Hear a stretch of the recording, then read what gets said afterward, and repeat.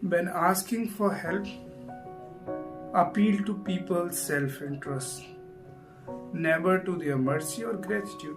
इस लॉ का law number 13 of this, इसका सिंपल सा मीनिंग है कि कभी भी आप अगर किसी से मदद मांग रहे हैं तो उसके सामने गिड़गिड़ाइए मत, बल्कि जब उससे मदद मांगे तो उसे ऐसा दिखाइए कि आपकी अगर वो मदद करेगा तो उसमें कुछ ना कुछ उसका सेल्फ इंटरेस्ट है।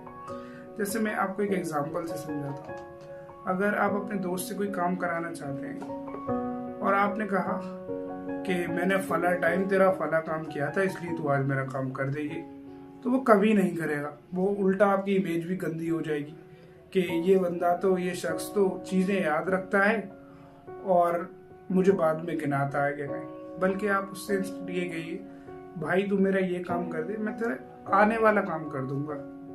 तो इससे जो है एक उसका सेल्फ इंटरेस्ट उसमें डेवलप होगा कि मैं इसका भी काम कर देता हूँ, ये आगे मेरा काम कर देगा, तब तो वो काम कर देगा। लेकिन आप अगर अपनी चीजें गिनाने लगे, पीछे की गुड डीड्स गिनाने लगे, तब वो काम नहीं करेगा। इस लॉ का इतना ही सिंपल सा मीनिंग है कि आप जब भी किसी से हेल्प मांगे तो इंस्टेंट के आप उसके सामने गिड़गिड़ाएं, रोएं, इससे अच्छा है आप उसे एक उसका सेल्फ इंटरेस्ट दिखाएं अपने काम में कि भाई तू मेरा काम ऐसा करेगा तो तेरा ऐसा काम हो जाएगा।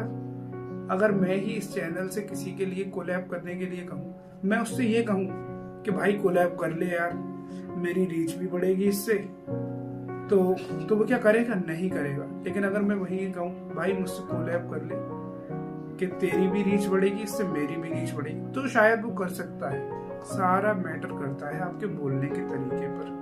तो इसलिए कम्युनिकेशन जो स्किल है वो अच्छी कर लीजिए। और एक चीज़ मैं इस वीडियो में बताना चाहूँगा आपको, जितना ज़्यादा हो सके स्ट्रेंजर से, जो अनजान लोग होते हैं, उनसे मिलते रहिए। क्योंकि जब आप उनसे मिलेंगे, अपनी पर्सनैलिटी से उन्हें मुतासिर कर पाते हैं नहीं कर पाते हैं, ये चीज़ें भी आपको पता लगेंगी। और यही जो चीज़ें हैं जो आपको एक अच्छा इंसान बनाती हैं।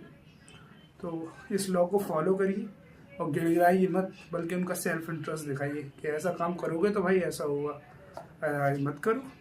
Thank you. दैट्स